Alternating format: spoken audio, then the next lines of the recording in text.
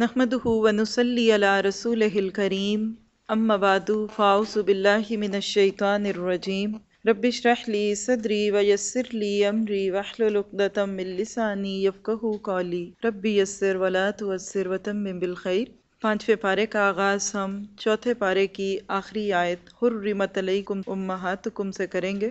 سورۃ نساء کی آیت نمبر 23 ہے۔ حرمت علیکم امہاتکم و بناتکم و اخواتکم و اماتکم و خالاتکم، حرام کی گئیں تم پر تمہاری مائیں اور تمہاری لڑکیاں اور تمہاری بہنیں، تمہاری پھوپھیاں اور تمہاری خالائیں اور تمہارے بھائی کی لڑکیاں اور بہن کی لڑکیاں اور تمہاری وہ مائیں جنہوں نے تمہیں دودھ پلایا ہو، اور تمہاری دودھ شریک بہنیں اور تمہاری ساس اور تمہاری وہ پرورش کردہ لڑکیاں جو تمہاری گود میں ہیں، تمہاری ان عورتوں سے جن سے تم دخول کر چکے ہو، ہاں جب تم نے ان سے جماع نہ کیا ہو تو تم پر کوئی گناہ نہیں، اور تمہارے صلبی سگے بیٹوں کی بیویاں اور تمہارا دو بہنوں کا جمع کرنا، ہاں جو گزر چکا سو گزر چکا، یقیناً اللہ تعالیٰ بخشنے والا مہربان ہے۔ والمحصنات من النساء الا ما ملکت ایمانکم، اور حرام کی گئی شوہر والی عورتیں مگر وہ جو تمہاری ملکیت میں آ جائیں۔ اللہ تعالیٰ نے یہ احکام تم پر فرض کر دیے ہیں، اور ان عورتوں کے سوا اور عورتیں تمہارے لیے حلال کی گئیں کہ اپنے مال کے مہر سے تم ان سے نکاح کرنا چاہو، برے کام سے بچنے کے لیے، نہ کہ شہوت رانی کرنے کے لیے، اس لیے جن سے تم فائدہ اٹھاؤ ان کا مقرر کیا ہوا مہر دے دو، اور مہر مقرر ہو جانے کے بعد تم آپس کی رضامندی سے جو طے کر لو، اس میں تم پر کوئی گناہ نہیں، بے شک اللہ تعالیٰ علم والا اور حکمت والا ہے۔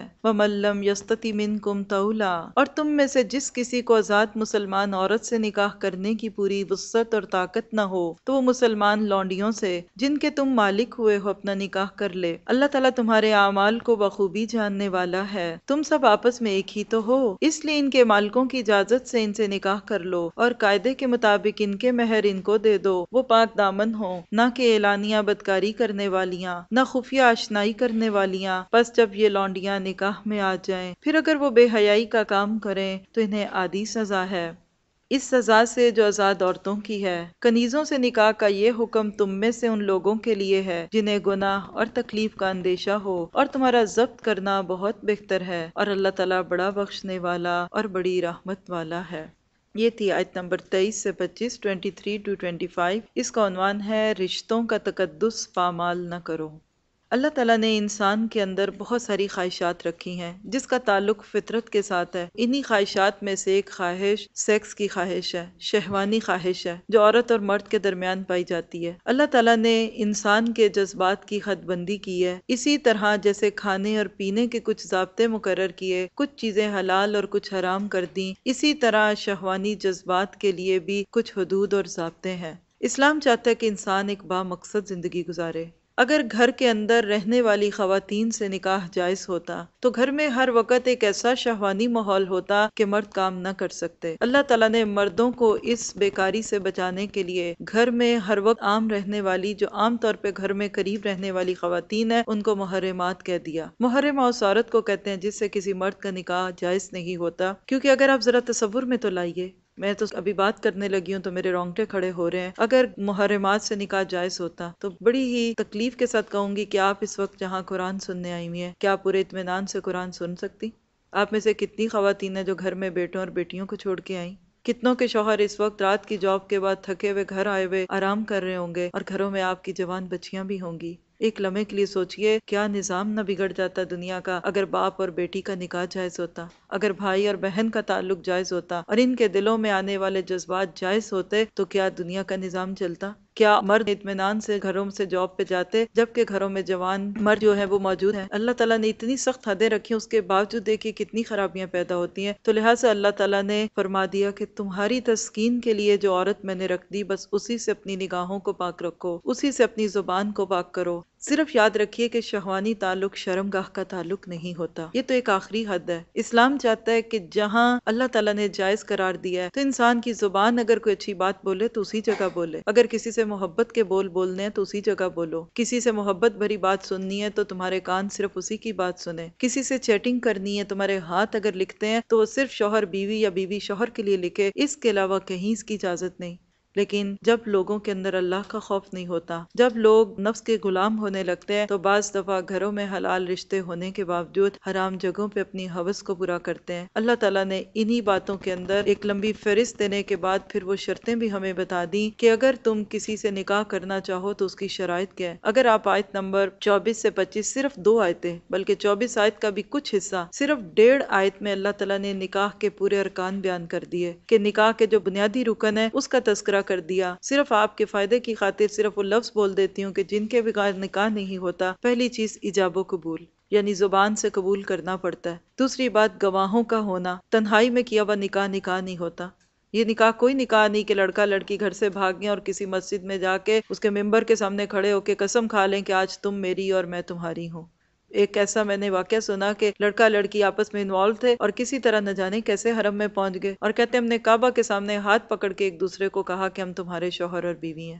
یہ باتیں کب ہوتی ہیں؟ جب ہماری عام زندگی میں اللہ کا دین نہیں ہوتا۔ تو بات یہ ہے کہ نکاح کے لیے گواہوں کی موجودگی لازمی ہے۔ تیسری چیز ولی، باپ کی موجودگی۔ باپ نہیں ہے تو بھائی، بھائی نہیں ہے تو پھر چچا، چچا نہیں ہے یعنی قریب کے ولی کے ہوتے ہوئے دور کا ولی نہیں چلے گا۔ واضح صحیح بخاری کی روایت ہے کہ لا نکاح الا بولی، ولی کے بغیر نکاح ہوتا ہی نہیں، وہ زنا ہے، اس کو سفاح کہیں گے۔ اس نکاح کے نتیجے میں پیدا ہونے والا بچہ ولد الزنا کہلائے گا۔ آج انسانیت کو کیا تحفے دیے۔ لڑکیوں نے سوچا کہ ہم آزاد ہیں، انہوں نے سوچا کہ ماں باپ تو ایک قید ہے۔ وہ یہ بات بھول گئیں کہ وہ بچی جو باپ کے ہاتھوں سے دعائیں لیتی ہوئی اور ماں کے سینے سے جدا ہو کے جب کسی کے ہاتھ میں جاتی ہے تو ان کو بھی پتا ہوتا ہے کہ اس کا پیچھا کرنے والا کوئی ہے۔ یہ قیمتی چیز ہے جو میں لے کے جا رہا ہوں، اس کو پتا ہوتا ہے میں چرا کے نہیں لے کے جا رہا، مجھے عزت سے دیا جا رہا ہے۔ لیکن وہ بچیاں جو راتوں کے اندھیروں میں گھروں کی دیواریں پھلانگ کے باپ کے زیورات کو چرا کے ایک اجنبی کے پاس جاتی ہیں، اصل میں وہ اس کو یہ بتا رہی ہوتی ہیں کہ وہ باپ جس نے مجھے 18 سے 20 سال تک پالا، جب میں اس کی مخلص نہیں رہی تو کل میں تمہارا گھر بھی چھوڑ دوں گی۔ جب میرے مزاج میں ہی یہ ظلم ہے، آج اچھی بیٹی نہیں بنی تو کل اچھی بیوی کہاں بنوں گی؟ پھر کل جب ان بچیوں کی آنکھوں میں آنسو ہوتے ہیں تو کوئی ان کو پوچھنے والا نہیں ہوتا۔ اسلام نے ولی کی شرط لگا کے کوئی قید نہیں کیا، اسلام نے عورت کو پروٹیکٹ کیا۔ اسی طرح پھر اگلی شرط کیا ہوتی ہے؟ گھر بسانے کا ارادہ ہو، وقتی لذت نہیں۔ شادی صرف ایک سیکس کا نام نہیں، شادی ایک با مقصد تعلق ہے۔ جب تک اس کے اندر گھر بسانے کا ارادہ نہیں ہوتا اس وقت تک اس شادی کی حکمت ہی سمجھ نہیں آتی۔ تو لہٰذا اللہ تعالیٰ نے وہ ساری شرائط دی، یہ ساری شرائط پوری کر سکتے ہو تو آزاد عورت سے شادی کرو، یہ نہیں کر سکتے یا تمہیں کوئی نہیں دیتا تو پھر کسی کی لونڈی سے نکاح کرو۔ لونڈی اسلام سے پہلے کا ایک دور تھا، انشاءاللہ ہم سورۃ مومنون میں جب اس موضوع پہ آئیں گے تو وہاں تھوڑی سی اس پہ بات ہو جائے گی، لیکن یہاں ذہن میں یہ رکھ لیجئے گا کہ جو بات یہاں بیان کی گئی میں چاہوں گی کہ آپ ہائی لائٹ کریں اپنے قرآن پاک میں، وَلَا مُتَّخِذَاتِ أَخْدَانٍ، آیت 25 کا یہ حصہ ہے، اور نہ چھپی دوستیاں پکڑنے والیاں۔ یہاں لونڈی کے تعلق کی بات ہے اور کہا گیا کہ ایک لونڈی کے ساتھ بھی خفیہ تعلق قائم نہیں کیا جا سکتا، کیونکہ اس دور میں جب قرآن پاک نازل ہو رہا تھا تو آزاد عورتوں کے کسی مرد کے ساتھ خفیہ تعلق کی تو بات ہی نہیں تھی۔ لیکن کیا کہا جائے آج کے اس بڑے لکھے دور کو کہ جہاں بوائے اینڈ گرل فرینڈ شپ کو لیگلائز کر لیا گیا، یہاں ماں باپ نے بھی اب اس کو ریئلائز کر ہی لیا کہ یہ بچی بڑی ہوئی ہے، ضرور اس کا کوئی بوائے فرینڈ بنے گا، اور جہاں ماں نے بھی بیٹے کو کہا ہاں بناؤ دوستی کسی سے بھی لیکن مسلمان سے کرنا، ہاں کر لو دوستی لیکن ہمیں ضرور بتا دینا کون ہے۔ اور آج کے اس گئے گزرے دور میں ماں باپ اس پہ خوشی محسوس کرتے ہیں کہ بچے ہمیں بتا کے پھر دوستیاں کرتے ہیں۔ کہانی ولاد متخذات اخدان، ایک لونڈی جب چھپی دوستی نہیں کر سکتی تو پھر دوسرا انسان کیسے کر سکتا ہے جو ایک آزاد انسان ہے؟ کسی کے ساتھ شادی سے پہلے انوالو ہونا اپنے آنے والے شوہر کے ساتھ خیانت کرنا ہے۔ ایسی لڑکیاں اگر انہی لڑکوں کے ساتھ اگر شادی کر بھی پاتی ہیں تو وہ لڑکے کبھی ان کی وہ عزت نہیں کرتے جو ایک ارینج میرج کی صورت میں ہے۔ ٹھیک ہے ارینج میرج میں بھی محبت ہو سکتی ہے، لیکن جہاں حد اتنی بڑھ جائے کہ چھپے ہوئے تعلق ہوں اور جب ماں باپ روکیں تو پولیس کو بلا کے کہا جائے کہ ان کو کہو یہ کون ہوتے ہیں جو ہمیں ٹوکنے والے، تو بات یہی ہے کہ اللہ تعالیٰ انسان کا دشمن نہیں، اس نے جو قانون بنائے وہ ہماری خیر اور حکمت کے بنائے۔ اسی کے بارے میں اگلی بہت ہی خوبصورت 3 آیات ہیں، یرید اللہ لیبین لکم ویہدیکم سنن الذین من قبلکم ویتوب علیکم۔ اللہ سبحانہ تعالیٰ چاہتا ہے کہ تمہارے واسطے خوب کھول کر بیان کرے اور تمہیں تم سے پہلے کے نیک لوگوں کی راہ پر چلائے اور تمہاری توبہ قبول کرے، اور اللہ تعالیٰ جاننے والا حکمت والا ہے۔ اس کے برعکس واللہ یرید ان یتوب علیکم، اور اللہ تعالیٰ چاہتا ہے کہ تمہاری توبہ قبول کرے، اور جو لوگ خواہشوں کے پیروکار ہیں وہ چاہتے ہیں کہ تم اس سے بہت دور ہٹ جاؤ۔ یرید اللہ ان یخفف عنکم وخلق الانسان ضعیفا، اور اللہ تعالیٰ چاہتا ہے کہ تم سے تخفیف کرے یعنی کمی کرے، تم پر بوجھ کم کرے، کیونکہ انسان کمزور پیدا کیا گیا۔ یہ تھی آیت نمبر 26 سے 28، 26 to 28۔ اس کا عنوان ہے زندگی گزارنے کے فطری طریقے، شروع سے لے کر آخر تک۔ ہم دیکھتے ہیں کہ اللہ تعالیٰ نے انسانوں کی ہدایت کے لیے مختلف ادوار میں مختلف انبیاء کرام کو بھیجا۔ ہر دور میں کچھ بنیادی چیزیں تھیں، وہ کبھی نہیں بدلی۔ اسی میں سے زندگی گزارنے کا لائف سٹائل، اور اسی میں شادی، بیاہ، منگنی، دعوت، یہ تمام تعلقات جو اللہ تعالیٰ نے انسانوں کے قائم کیے، اس کا تذکرہ بھی ملتا ہے۔ قرآن پاک جب ہم کھولتے ہیں تو ہمارے سامنے ایک نیا ہی لائف سٹائل آتا ہے۔ ہم اس سے پہلے جو زندگی گزار رہے ہوتے ہیں، ایسا لگتا ہے کہ وہ تو جہالت کی تھی۔ آپ میں سے کتنے لوگوں کو صرف یہ 5 سپارے پڑھنے کے بعد یہ احساس ہونے لگا؟ خاص طور پہ وہ لوگ جو پہلی دفعہ قرآن پاک پڑھتے ہیں۔ یقیناً بہت سارے ہوں گے، کیوں کہ ہماری زندگی وہ ہے جو ہمارے معاشرے کی زندگی ہے۔ ہمارا دین وہ ہوتا ہے جو ہمارے رسم و رواج کا دین ہے، لیکن اللہ سبحانہ تعالیٰ نے ہر نبی کے ذریعے سے ایک ہی پیغام پہنچایا۔ ہوا کیا کہ ان کی قوموں نے اس پیغام کو محفوظ نہیں کیا۔ یہود اور نصارہ نے ان باتوں میں اتنی تبدیلیاں کر دیں کہ وہ بالکل اصل دین ہی ختم ہو گیا، حتیٰ کہ ایک دور ایسا بھی آیا کہ دنیا میں تورات نام کا کوئی نسخہ موجود نہیں تھا۔ اللہ تعالیٰ نے اپنے اس الہامی پیغام کو محفوظ کرنے کے لیے آخری پیغام عربی زبان میں محمد رسول اللہ صلی اللہ علیہ وسلم کی زبان سے نازل کروایا، جو قیامت تک کے لیے جاری رہے گا۔ آج جو لوگ قرآن پاک کے احکامات کو سن کے اس پہ عمل کرتے ہیں، دراصل وہ انبیاء کرام کے اس قافلے میں شامل ہو جاتے ہیں جس کا سلسلہ حضرت نوح علیہ السلام سے شروع ہوا تھا۔ تو آپ کہہ لیجئے کہ آج جو دین اسلام پہ عمل کرتا ہے، جو شریعت محمدیہ پہ عمل کرتا ہے، وہ سارے انبیاء کرام کی شریعتوں پہ عمل کرنے لگتا ہے۔ لیکن ہوتا کیا ہے کہ جب اللہ کا لایا ہوا دین سامنے آتا ہے، تو وہ دین جو لوگوں نے صدیوں کے رواج اور رسموں کے ذریعے پیدا کیا ہوتا ہے، لوگوں کے ذہنوں پہ بہت گہرا اس کا اثر ہوتا ہے۔ لوگ اس دین کو اپنا دین سمجھنے لگتے ہیں۔ وہ سمجھتے ہیں کہ جو طریقے باپ دادا کے تھے وہی ٹھیک تھے۔ وہ سمجھتے ہیں کہ جو ہمارا معاشرے کا رواج ہے، جو ٹرینڈز ہیں اور جو ہمارے ارد گرد چیزیں، وہی ٹھیک ہیں۔ نتیجہ کیا ہوتا ہے کہ جب کوئی بندہ اللہ کے دین کی دعوت دیتا ہے تو لوگ اس کے دشمن ہونے لگتے ہیں۔ وہ سوچتے ہیں یہ ایکسٹریمسٹ ہے، وہ کہتے ہیں یہ فنڈامنٹلسٹک ہے، وہ کہتے ہیں یہ 14ویں صدی میں کس بات کی بات کرتا ہے، اور اس طرح پھر ہر دور میں 2 دین پیرالل چلتے ہیں۔ ایک ہے اللہ کا دین اور دوسرا ہے خواہش کا دین۔ اس جملے کو ضرور لکھیے گا۔ ایک طرف اللہ کا دین ہے، یہ کیا ہے؟ الیوم اکملت لکم دینکم ورضیت لکم الاسلام دینا، یہ اللہ کا پسندیدہ دین ہے۔ اس کے برعکس آپ دنیا کے اس وقت کے سارے ادیان کا نام لکھ لیں، جیوازم سے لے کے کرسچینٹی سے لے کے بدھازم سے لے کے لمبی لسٹ بناتے جائیں، ان سب کے از ایکول ٹو کر دیجئے خواہش کا دین۔ ہر بندے نے اپنی خواہش کو دین بنایا، کسی نے اس کو کچھ کہہ دیا، کسی نے کچھ کہا۔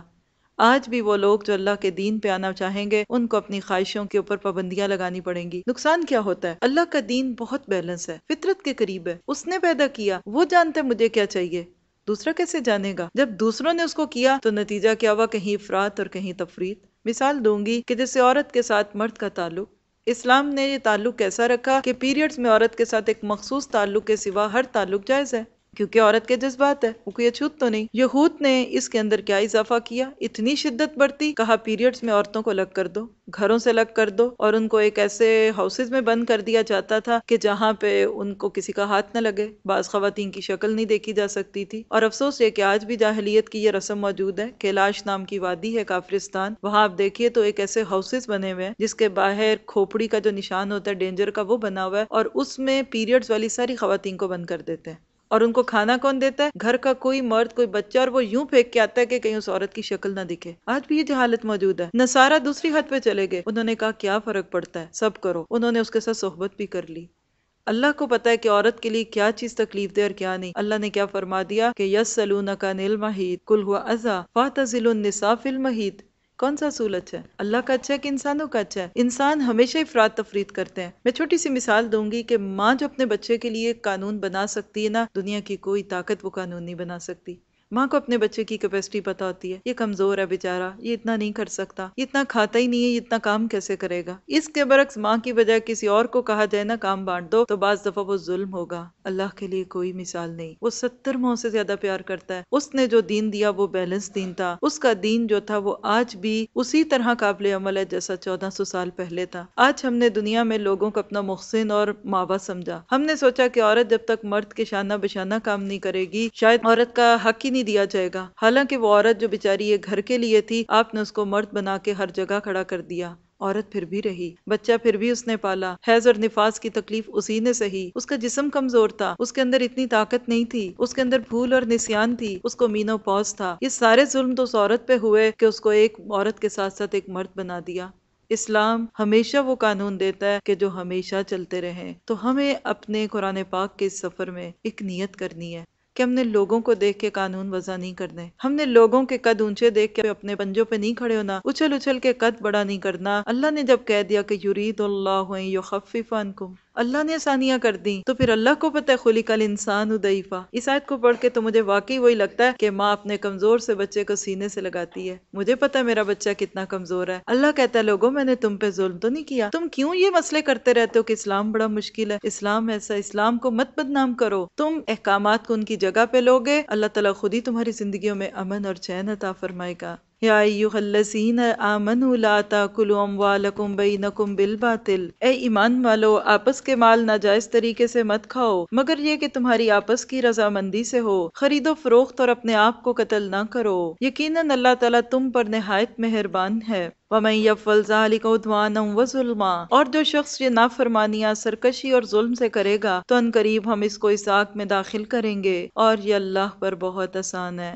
ان تجتنبوا کبائر ما تنہون عنہ، اگر تم ان بڑے گناہوں سے بچتے رہو گے جن سے تم کو منع کیا جاتا ہے تو ہم تمہارے چھوٹے گناہ دور کر دیں گے اور عزت اور بزرگی کی جگہ میں داخل کریں گے۔ اور اس چیز کی تمنا نہ کرو جس کے باعث اللہ تعالیٰ نے تم میں سے بعض کو بعض پر فوقیت دی ہے، اور مردوں کا اس میں حصہ ہے جو انہوں نے کمایا اور عورتوں کا اس میں حصہ ہے جو عورتوں نے کمایا، اللہ تعالیٰ سے اس کا فضل مانگو، یقیناً اللہ تعالیٰ ہر چیز کا جاننے والا ہے۔ وَلِكُلٍّ جَعَلْنَا مَوَالِيَ مِمَّا تَرَكَ الْوَالِدَانِ وَالْأَقْرَبُونَ، ماں باپ یا قرابت دار جو چھوڑ مریں اس کے وارث ہم نے ہر شخص کے مقرر کر دیے، اور جن سے تم نے اپنے ہاتھوں معاہدہ کیا انہیں ان کا حصہ دو، یقیناً اللہ تعالیٰ ہر چیز پر حاضر ہے۔ یہ تھی آیت نمبر 29 سے 33، 29 to 33۔ دو عنوان ہوں گے، اب اس طرح کریں گے کہ جہاں ایک سے زیادہ چیزیں تو انشاءاللہ میں آپ کو دو ٹاپک لکھایا کروں گی، آپ خود ہی سمجھ جائیں گے۔ اس پورے پورشن میں دو ٹاپک ہیں، پہلا کیا ہے، نہ کسی کا مال لو نہ کسی کی جان لو، اور دوسرا ٹاپک ہے ان آیتوں کا، کوئی گناہ چھوٹا نہیں کیونکہ ذات بہت بڑی ہے۔ تیسرا ٹاپک ہے اس کا، حسد نہ کرو، تم بھی اللہ سے اس کا فضل مانگ لو۔ تین باتیں ہیں اس پورے حصے میں جس پہ بات ہو سکتی ہے۔ پہلی بات مال اور جان کے بارے میں، اللہ تعالیٰ نے انسانوں کے اوپر ان کی جان اور دوسروں کی جان اور مال حرام قرار دیے۔ اللہ کے نبی صلی اللہ علیہ وسلم نے جو آخری خطبہ دیا حجۃ الوداع کا، اس میں اسی بات کی تلقین کی تھی۔ کسی انسان کا مال دوسرے تک پہنچنے کی جو صورت ہے وہ کیا ہے کہ انسان محنت کرے اور دوسرا اس کو اس کی مزدوری کرے، تجارت ہو، لین اور دین کے معاملے میں ہو۔ اس کے علاوہ کوئی طریقہ ایسا استعمال کیا جائے کہ جس میں دینے والا دینا نہیں چاہتا اور لینے والا لے رہا ہے، اس طریقے کو آپ باطل کہیں گے۔ ایک کلیہ ذہن میں رکھ لیں کہ جب دینے والا دینا نہ چاہے اور لینے والا زبردستی لے، یہ سارے طریقے مال ناحق ہیں۔ اب اس پہ آپ خود ہی بنا لیں گے لسٹیں۔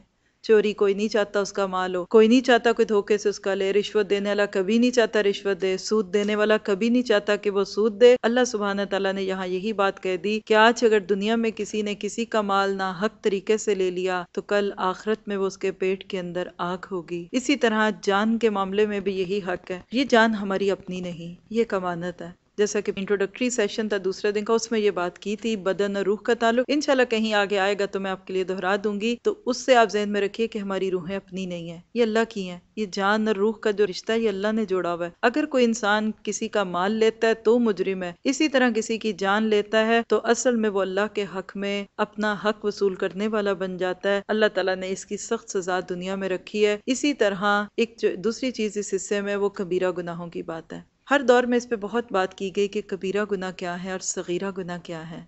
کسی نے پوچھا کہ کبیرہ گناہ کون سے؟ انہوں نے کہا کہ ہر گناہ کبیرہ ہے۔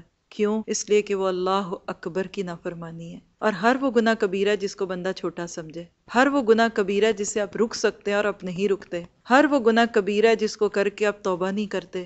کتنی تفسیریں کریں گے اس کی، آپ اس کی 10 تعریفیں کر لیں۔ ہر وہ گناہ بڑا ہے جس کو کرنے کے بعد آپ کہتے ہیں اوکے سب کرتے ہیں۔ ہر وہ گناہ بڑا ہے جس کو آپ کر کے گلٹ فیل نہیں کرتے، ورنہ گناہ ہو انسان کو چین کہاں پڑتا ہے۔ ہر وہ گناہ بڑا ہے جس کو کر کے آپ آرام کی نیند سوتے ہیں۔ ہر وہ گناہ بڑا ہے جس کو کرنے کے بعد آپ کو توبہ کا خیال نہیں آتا. ہر وہ گناہ بڑا ہے جس کو کرنے کے بعد آپ کی آنکھوں میں ندامت کے آنسو نہیں آتے. ہر وہ گناہ بڑا ہے جس کو کرنے کے بعد آپ کا بلڈ پریشر ہائی نہیں ہوتا. ہر وہ گناہ بڑا ہے جس کو کرنے کے بعد آپ کے ماتھے پہ تیوری نہیں آتی. ہر وہ گناہ بڑا ہے جس کو کرنے کے بعد آپ پھر دنیا میں غافل ہو کے انجوائے کرنے لگتے ہیں. ورنہ ایک عورت ایسی تھی کہ جس سے ایک گناہ ہوا، آج اس کو کبیرہ گناہ کہتے ہیں، لیکن اللہ نے اس کو کیسے چھوٹا کر دیا. اللہ کے نبی کے پاس ایک عورت آتی ہے، قبیلہ غامدیہ کی تھی، کہا اللہ کے نبی گناہ ہو گیا، زنا کر چکی. آپ نے اگنور کیا، ایوائڈ کیا، آپ ایسی چیزوں کو ہوا نہیں دیتے تھے. اس نے پھر کہا اللہ کے نبی گناہ ہو گیا، اور اب تو دیکھیں بچہ پیٹ میں ہے. کہا پھر تم نے گناہ کیا، بچے کا کیا قصور ہے، جاؤ جب بچہ پیدا ہوگا پھر آنا. اور وہ عورت چند دن کے بچے کو لپیٹ کے اللہ کے نبی کے پاس لاتی ہے. اللہ کے نبی حد لگا دیں، گناہ سونے نہیں دیتا، اگر اس حال میں مر گئی تو کیا ہوگا. کہا تم مر جاؤ گی، اس کو کون پالے گا، پہلے اس کو دودھ پلاؤ، جب روٹی کھانے کے قابل ہوگا پھر لے کے آنا. اور چند ماہ کے بچے کے ہاتھ میں روٹی کا ٹکڑا پکڑا کے وہ عورت دربار نبوی میں آتی ہے کہ اللہ کے نبی دیکھ لیں، اب تو یہ روٹی کھا رہا ہے، بس مجھے حد لگا دیں. پھر آپ نے اس عورت سے اس بچے کو لیا اور کسی اور نے اس کو پالنا چاہا اور آپ نے اس کو حد لگائی. اس عورت کے خون کے چھینٹے ایک صحابی کے کپڑوں پہ گر گئے، کہنے لگے ناپاک عورت جاتے جاتے مجھے ناپاک کر گئی. آپ نے فرمایا ساتھی یہ نہ کہو، اس عورت نے وہ توبہ کی ہے کہ جو مدینہ کے غالباً 70-80 مختلف روایات ہیں، ایک جگہ ہے پورے شہر والوں کے اوپر بانٹ دی جائے، اللہ ان کے گناہوں کو معاف کر دے. گناہ تو یہ ہوتا ہے، ندامت، شرمندگی. ہم کیسے گناہ کا بوجھ لے لے کے پھرتے ہیں. آج ابھی اس بوجھ کو اتار کے پھینکیے اور اللہ سے سچے دل سے توبہ کریں، ورنہ یاد رکھیے چھوٹے گناہ مل مل کے بڑے بن جاتے ہیں. بڑے گناہ بار بار ہوتے ہیں تو شرک بن جاتا ہے، اور شرک بار بار کریں گے تو کفر بن جائے گا. کوئی پہاڑ ایک دن میں نہیں بنتا. ایک چھوٹا کنکر دوسرے کنکر پہ، تیسرا اس پہ جاتا ہے، اور ہوتے ہوتے پھر بڑے پہاڑ بننے جاتے ہیں. کبھی اپنے گناہوں کو معمولی نہ سمجھیں. یہی انسان کی بربادی کی بات ہے کہ وہ اپنے گناہوں کو بالکل اہمیت نہ دے. اور آخری بات اس حصے میں ہم نے دیکھی اللہ کے فضل کی. اس دنیا میں اللہ تعالیٰ نے انسانوں کے بیچ میں فرق رکھا ہے. ہر انسان کو ایک جیسا نہیں بنایا. کسی کو شکل اچھی دی تو کسی کو عقل اچھی دی، کسی کو دنیا کا مال دیا تو کسی کو اللہ تعالیٰ نے آخرت کے درجے دیے. اب جب انسان ایک دوسرے کو اپنے سے تھوڑا بڑا چڑھا دیکھتا ہے تو دل میں حسد آنے لگتا ہے، اور وہ یہ سوچ لیتے ہیں کہ یہ اس انسان کا فیصلہ ہے. وہ یہ سوچتے ہیں کہ اس کو جو نعمت ملی یہ اس کا فیصلہ ہے، اور اس سے حسد، بغض، عداوت اور کیا کچھ کرنے لگتا ہے. ایسا شخص اصل میں اللہ کے اوپر اعتراض کرتا ہے. وہ یہ سوچ لیتا ہے کہ اللہ کو نعوذ باللہ نہیں پتا تھا کہ مجھے یہ دینا تھا اور اس کو نہیں دینا. کبھی کسی کی کوئی نعمت دیکھیں، انسان ہونے کے ناطے خواہش آ سکتی ہے، فوراً کہ اللہ تو اس کو دے سکتا ہے تو مجھے بھی دے دے. اس پہ ایک بڑی خوبصورت دعا بھی آتی ہے، امام ابن قیم کی تھی. ابن تیمیہ ایک دعا مانگا کرتے تھے، اللہ سبحانہ تعالیٰ کو کہتے تھے کہ یا معلم الابراہیم علمنی، اے ابراہیم کو علم دینے والے مجھے بھی علم دے. یا مفہم سلیمان فہمنی، اے سلیمان کو فہم دینے والے مجھے بھی دے دے. دیکھیے کتنا آسان حل ہے. کسی کے لیے دل میں بغض آئے گا، کسی کے لیے کینہ آئے گا. اس لیے کبھی کسی انسان کی کوئی نعمت اچھی لگے تو بارک اللہ کہیں، بارک اللہ کہیں. اگر مرد ہے، عورت ہے تو بارک اللہ کہیں، اللہ تمہیں برکت دے.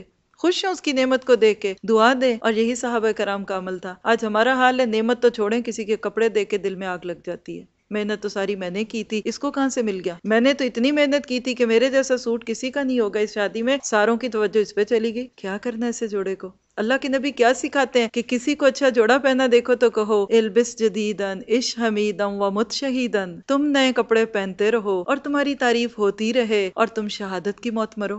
یہ دعا دو. ذرا سوچئے جس نے یہ دعا دوسرے کو دی، کیا دل میں بغض آئے گا؟ اور کہاں دل پہ ہاتھ رکھ کے ہوکا بھرنا. حسد اور بغض تو آئیں گے. تو لہٰذا یہ سنتوں والی زندگی جب گزاریں گے نا تو دلوں میں محبت بھی آئے گی انشاءاللہ تعالی. اب آگے سے اب آپ عورتوں کی بات ہو رہی ہے، دل بڑا کر لیجئے، غصہ نہ کریے گا. اگر کوئی بلڈ پریشر کا مریض ہے تو وہ اپنے آپ کو پہلے اعوذ باللہ پڑھ کے مضبوط کر لے، کیونکہ عورتیں اس آیت کو پڑھ کے بڑی پریشان ہوتی ہیں.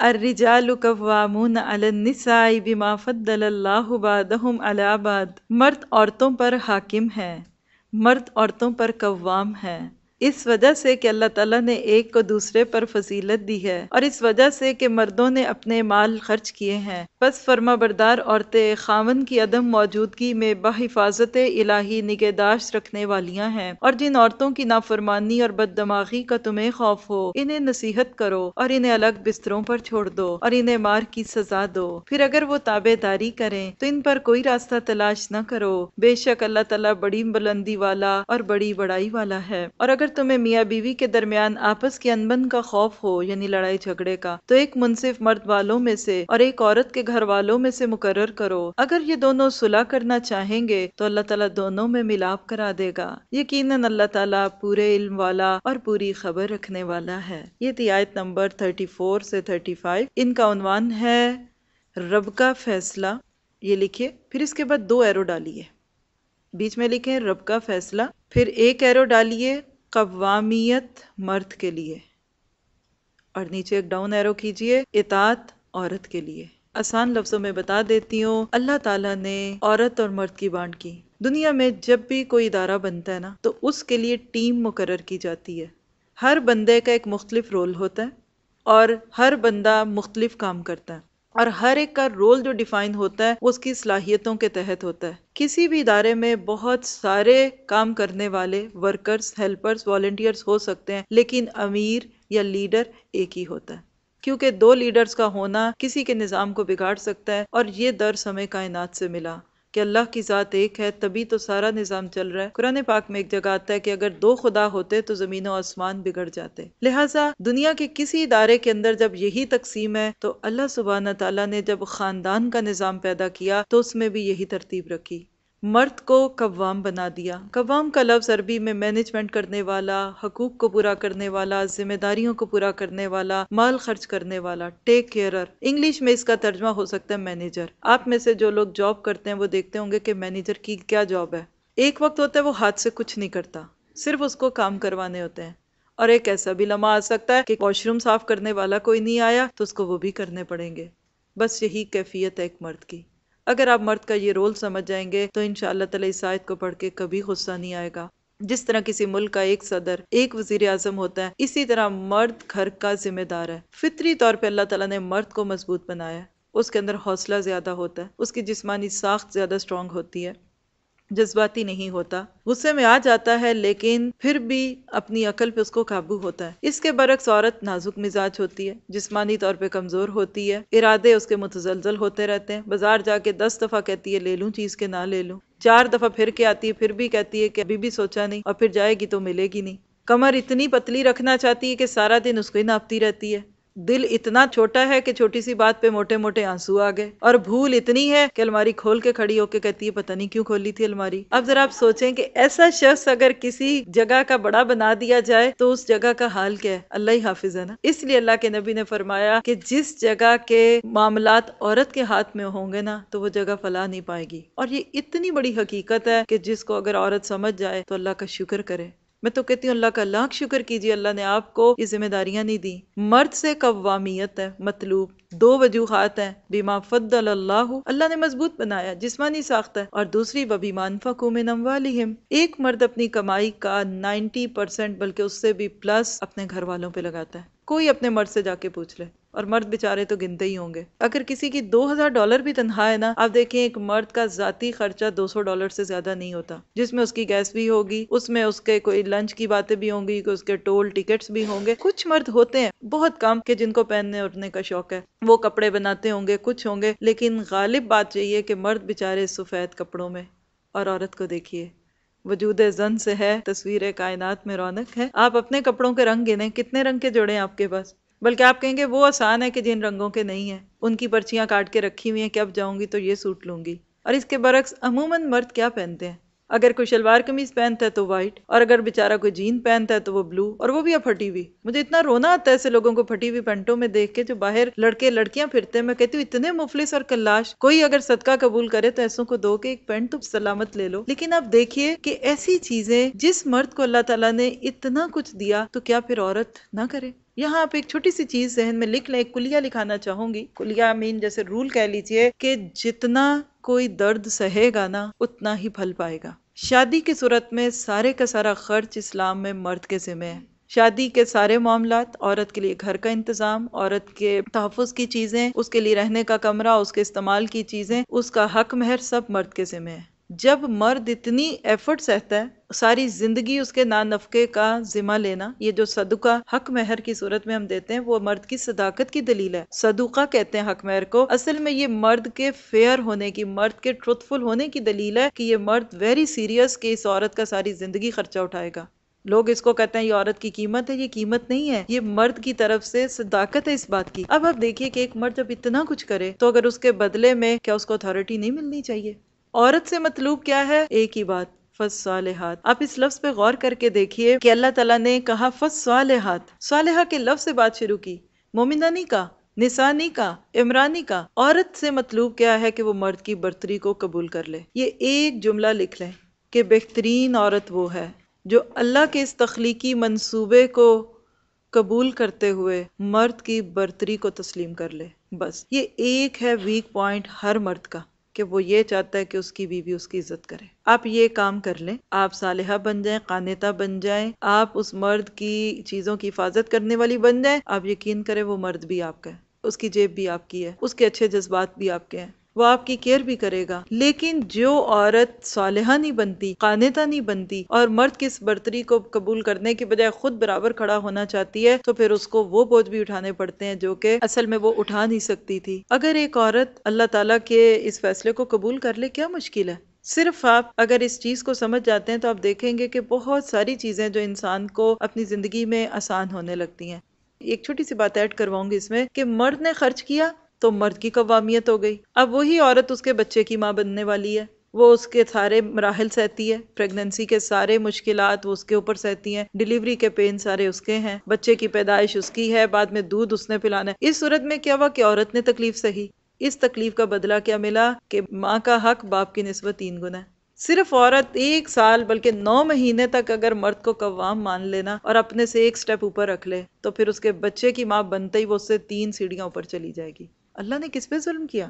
جب ہم اللہ کے فیصلوں کو مانتے ہیں ہماری زندگی خوبصورت ہونے لگتی ہے، لیکن بعض دفعہ ایسا ہوتا ہے کہ کچھ عورتیں نہیں مانتی، حقیقت ہے، ان میں نشوز ہوتا ہے، ان میں ٹیڑھ پن ہوتا ہے، ایسی عورتوں کے دلوں میں ایک بڑائی کا خیال ہوتا ہے۔ اور آج کا دور تو ہے ہی نشوز والا دور، آج کی تربیت تو ہے نشوز والی، معذرت کے ساتھ گردن اکڑی ہوئی ہے۔ آج آپ بچی کو یہ نہیں سکھا سکتے کہ دیکھو ذرا دب کے رہنا، وہ کہتی کیوں، میں کیوں رہوں، لو وہ رہ لے، میں برتن دو وہ کیوں نہ دھوئے، میں کیوں جاؤں گھر چھوڑ کے وہ کیوں نہ چھوڑے۔ یہ برابری ہے، اور اس میں سچی بتاؤں ان کا قصور نہیں ہے۔ پہلے دور میں عورتیں مرد الگ ہوتے تھے، بچیاں الگ ہوتی تھی، شادی 16-17 سال کی عمر میں ہو جاتی تھی، کبھی کسی مرد کو قریب سے دیکھا ہی نہیں ہوتا تھا، گھروں میں مردان خانے الگ ہوتے تھے، تعلیمی ادارے الگ ہوتے تھے۔ اس بات پہ دل بیٹھا رہتا تھا شادی کے موقع پہ کہ ایک مرد اتنا تنہا ہمارے ساتھ ہوگا، اتنا قرب ہوگا کہ ایک گھر میں ایک کمرے میں غیر مرد ساتھ ہوگا، اسی سے خوف آتا تھا۔ آج آپ پہلے دن اس کو پریپ سے لے کے مونٹیسری سے لے کے پورے اسکول کے مراحل میں آپ لڑکی لڑکے کو ساتھ بٹھاتے ہیں، جب کوئی فرق ہی نہیں رہا۔ اب جو چیز اتنی قریب ہو کیا آپ کو اسے ڈر آئے گا؟ مثلا آپ دیکھیے کہ ہم لوگ کتنا ڈرتے ہیں الیکٹرک وائر سے، لیکن جو الیکٹریشینز ہوتے ہیں وہ بجلی کے تاروں کو بھی پکڑتے ہیں، کیوں؟ ان کا ہر وقت کا کام ہے۔ تو جب آگ اور پانی کو ہم نے جمع کیا تو دھواں تو اٹھے گا، اس کے اندر پھر وہی خرابیاں پیدا ہوتی ہیں جو آج کے دور میں عورتوں کے اندر ہو رہی ہیں۔ اور اس موضوع پہ بھی الحمدللہ ایک سیریز جو میرا حل ہے، میں نے اللہ جھوٹ نہ بلائے تو 20 سے 25 بار میں نے اس ٹاپک پہ درس کیا ہے، میرا گھر میری جنت، how to be a successful wife. 22 points ہے اس میں کہ ایک اچھی بیوی کیسے بنا جا سکتا ہے، کسی نہ کسی موقع پہ انشاءاللہ ویب سائٹ پہ آپ لوگ دیکھ لیں گے۔ آپ خود اپنے طور پہ سننے کے بہانے اپنی بچیوں کو ضرور سنائیں، کیونکہ بعض دفعہ وہ بات جو ماں کے منہ سے سن کے اچھی نہیں لگتی وہ کسی باہر کے منہ سے سن کے اچھی لگنے لگتی ہے۔ تو یہاں پھر اللہ تعالیٰ نے ایسی بگڑی ہوئی عورت کو درست کرنے کی بات کی۔ اس آیت پہ بھی عورتیں بڑی خفا ہوتی ہیں، دیکھو کہا ہے مارو ان کو، وَاهْجُرُوهُنَّ فِي الْمَضَاجِعِ وَاضْرِبُوهُنَّ، اور آج سارا الزام مردوں کا یہ لگا دیا جاتا ہے کہ جو اسلام کہتا ہے وہ مارو، حالانکہ آپ دیکھیے یہ مراحل ہے۔ اگر آپ میرے ساتھ چل سکیں عربی میں تو صرف 1 2 3 کر کے لکھ لیجئے تو یہ سٹیپ ہے۔ پہلی چیز ہے فَإِذُوهُنَّ، اس پہ نمبر 1 لگا لیں۔ دوسری چیز ہے عورت کو نصیحت کرو، اور واز کہتے ہیں نرم بات، پولائٹلی نرم بات کرے۔ اگر بیوی میں مزاج ہے، وہ لاڈلی ہے، اکلوتی ہے، ماں باپ نے لاڈ کر کے پالا ہوا ہے، اب وہ مرد کو کچھ سمجھتی نہیں، نشوز ہے، اور نشہ کہتے ہیں چڑھان کو، نہ کہ ہر وقت سوجی ہوئی ہے اور ہر وقت غصے میں بیٹھی ہوئی ہے۔ اب مرد دیکھتا ہے کہ اس کے کوئی طور طریقے اچھے نہیں ہیں، یہ میری عزت نہیں کرتی، تو پہلا سٹیپ کہ فَإِذُوهُنَّ،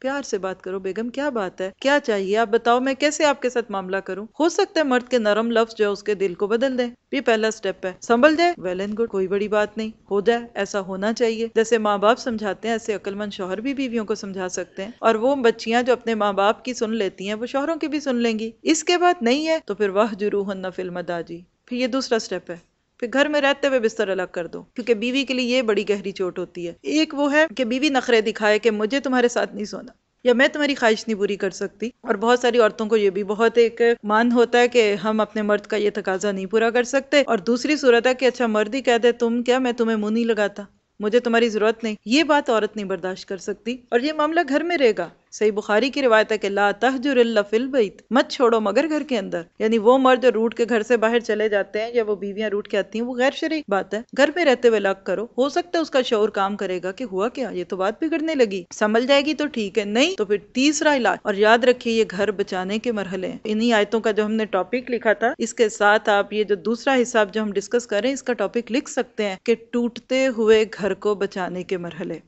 یا گھر ٹوٹنے نہ پائے، یہ لکھ لیں، آسان ہے۔ یہ سارے سٹیپس کس کے ہیں کہ طلاق سے اللہ بچانا چاہتا ہے۔ ایک طریقہ کیا تھا کہ بیوی نشوز ہے، یعنی آپ اس آیت کو دیکھیں واللاتی تخافون نشوزہن، وہ عورتیں جن کے تم نشوز سے ڈرتے ہو فطلقوہن، طلاق دے دو، جان چھوڑو، طلاق طلاق طلاق بولو، کہانی ختم۔ نہیں، اللہ نہیں چاہتا گھر ٹوٹے، اس کو نصیحت کرو، اس کو گھر میں چھوڑو، اور وَضْرِبُوهُنَّ، ہلکا سا مارو، کتنا مارو جیسے مسواک ماری جاتی ہے، منہ پہ نہ مارو، گالی نہ دو۔ اور اللہ کا نبی جن کی ہم روایتیں کوٹ کرتے ہیں انہوں نے ساری زندگی کسی عورت کو نہیں مارا۔ آج دیکھیے کہ عورت کے اوپر کتنا ظلم ہے۔ میں وہ فگرز نہیں دینا چاہتی آپ کو جو پورے ناموں کے ساتھ موجود ہیں کہ کس ملک میں کتنی عورتیں کتنا پٹتی ہیں، اور کس مرد نے، مشہور لوگ، فیمس عورتیں پٹتی ہیں، اور فیمس مرد اپنی عورتوں کو پیٹتے ہیں۔ کیا انہوں نے قرآن سے پہلے سورہ نساء کھولی، پھر یہ آیت پڑھی اور حکم سنا کہ اللہ کا قرآن کہہ رہا ہے وَضْرِبُوهُنَّ، پھر مارنے لگے؟